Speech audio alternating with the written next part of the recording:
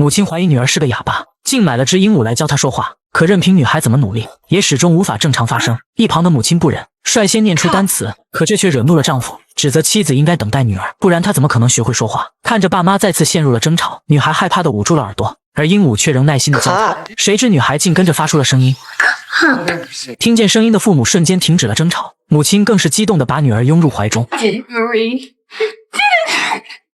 鹦鹉帮助女孩战胜了恐惧，他们也成为了形影不离的朋友，带着她认识周围的事物。渐渐的，玛丽发现了她与众不同的地方，别的鹦鹉都只会学舌，而眼前的阿英却有着独立自主的意识。What are those? Ew, Don't mind if I do. 虽然阿英如此聪明，但却是一只恐高的小鸟，面对家里猫咪的追捕，她就只敢迈开双脚逃跑，还好被玛丽及时搭救，这才免于成为猫咪的盘中餐。尽管在阿英的陪伴下，女孩说话也越来越流利，但父亲却始终有着刻板的成见，认为让鹦鹉陪女儿简直就是个荒唐的行为。他想要把阿英送走，而这一切全被外面的玛丽听到。为了能不与阿英分开，他做了个大胆的决定，要教会她飞行。 So in case you ever go away, you can fly back to me. 于是女孩爬上窗台，亲自为阿英示范如何展翅。可她只是跳了2下，木板却承受不住倒塌，一路沿着屋顶滚了下去。好在她叫声足够大，女孩在落地的前一秒被父亲接住。看着楼上的阿英，父亲更加坚定了自己的想法。第二天一大早就开车将她送离了家。尽管追出门的玛丽撕心裂肺的挽留，父亲却头也不回的离开。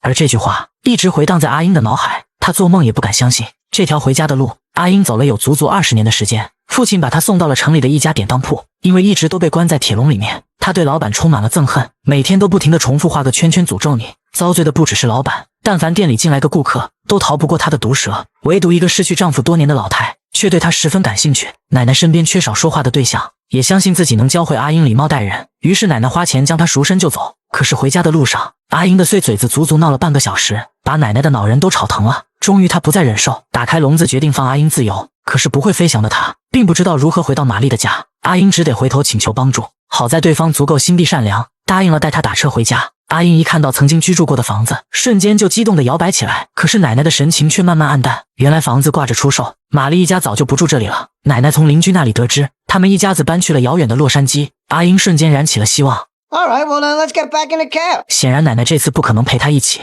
，4000多公里的路程太过遥远，已然老态龙钟的她经不起那么折腾。阿英得知后非常的沮丧，但也只能跟着回到奶奶的房车。她每天都望着窗外，非常后悔没听玛丽的话，要是学会了飞翔，自己就能回到她的身边。看着阿英如此思念自己的小主人，奶奶也想起了自己的丈夫，他们曾经开着房车，过着四处旅居、决心走遍世界的生活。可是自从丈夫离世后，她就再也没有开过这辆车。于是奶奶做了个大胆的决定，她要带着阿英回到玛丽的身边。时隔多年，停摆已久的房车再次踏上旅程，他们要一路西行到洛杉矶，一人一鸟就这样结伴成了旅行搭子。他们一边引吭高歌，一边欣赏着沿途的风光，偶尔还会在景色秀丽的地方停下，为阿英画下一些美好的瞬间。这天二人穿过沙漠，长时间的疲劳驾车让年迈的奶奶眼神模糊，丝毫没有注意到迎面驶来的大卡车。等待奶奶反应过来时，已经来不及，猛打方向让车辆失控，冲进了崎岖不平的沙里。幸运的是，车辆稳稳地停了下来，二人生命安全，并无大碍。可惜的是，奶奶的眼睛好像出了问题，被查出了重度老花症状，严重的话很快就会失去光明。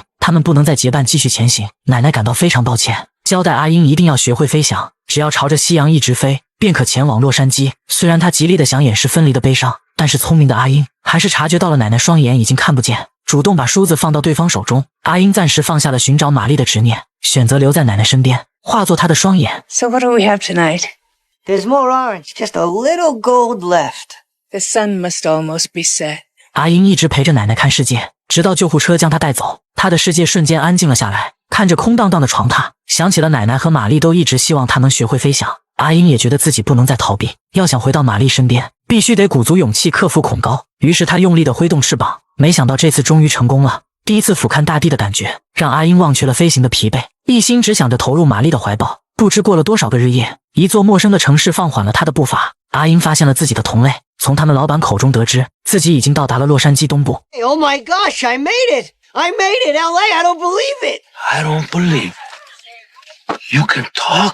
老板表示自己的鹦鹉就只会复读，阿英是自己见过唯一能交流沟通的。得知了他来此的目的，老板也热情地翻看通讯录，帮忙查询玛丽的住址，可是没有得到任何的收获。无比失望的阿英决定留在老板的酒吧歇歇脚，顺便可以打听玛丽的消息。于是他跟着大家一起载歌载舞，很快就吸引到了众多游客的光顾，还打起了工帮着老板收钱。看到这么听话的鹦鹉，一个歪心思从小伙心底冒出，因为人群中有很多墨西哥人，小伙向警方举报他们非法入境。随着警车赶到现场，人群瞬间陷入一片混乱，小伙也偷偷地捉走了阿英。他伪装成救命恩人，说自己从警察手里把他救出。天真的阿英就这样信以为真，小伙还表示可以帮助他找到玛丽，只不过找私家侦探需要昂贵的费用，当务之急要先去搞点钱。于是隔天他让阿英蹲在树梢，偷偷观察别人的取钱密码。小伙在施展自己手法，靠着一人一鸟的默契合作，很快他就赚得盆满钵满。 You are the greatest thing that ever happened to me, man.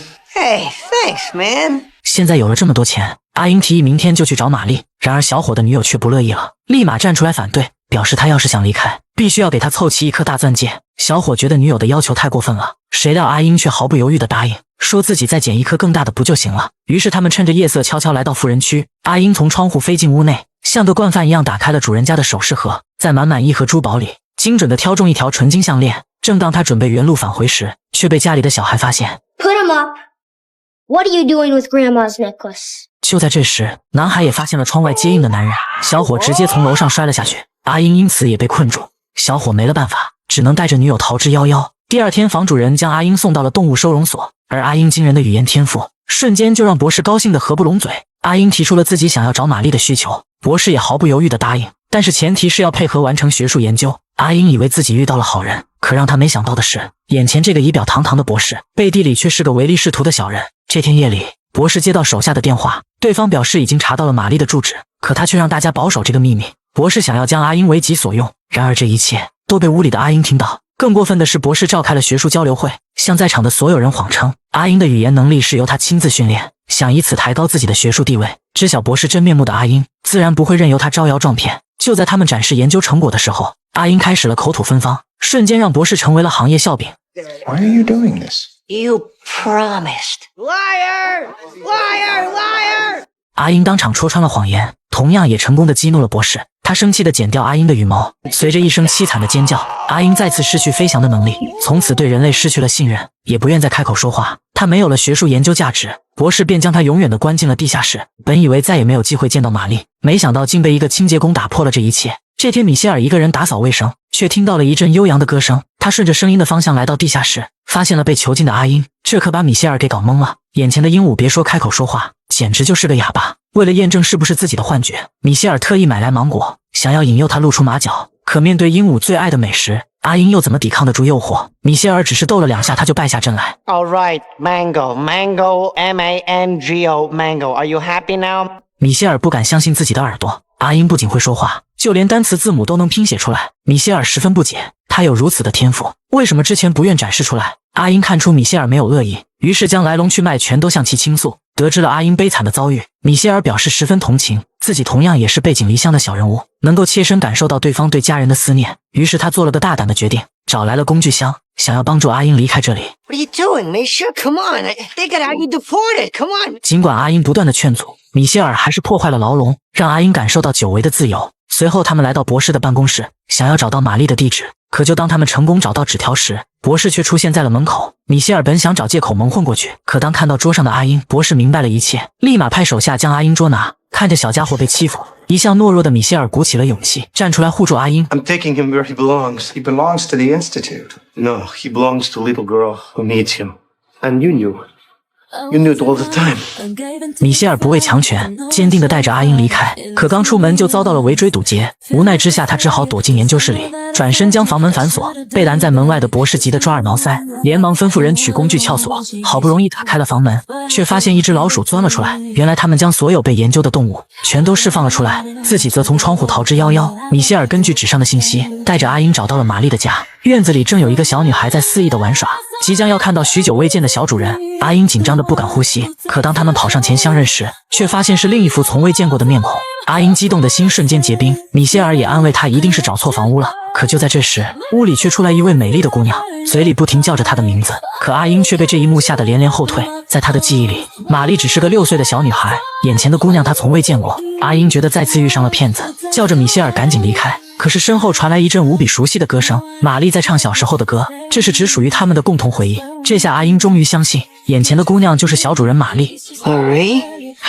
阿英激动地挥舞着翅膀，忘记了自己被折翅的痛苦，下一秒竟再次腾空而起，飞到了玛丽的手中。 You got big. You flew, boy. I did? Yes, you did. 阿英用了20年时间，跨越了超过4000公里的距离，途中难免遭遇了小贼的利用，也因博士的自私而被关押。但这段旅程不全是黑暗，暖心的机遇始终照亮着他的归途。无论是老奶奶的帮助与陪伴，还是酒吧老板的收留，甚至是与米歇尔惊心动魄的越狱，这些陌生人的善意像接力赛般护送着这个小家伙。但最为动人的还是阿英10年如一日的坚定要回到玛丽身边，即使是面临对飞翔的恐惧，他始终不曾退缩。阿英与玛丽之间的感情早已超越了主人与宠物的关系，更倒是像失散多年的亲人重逢。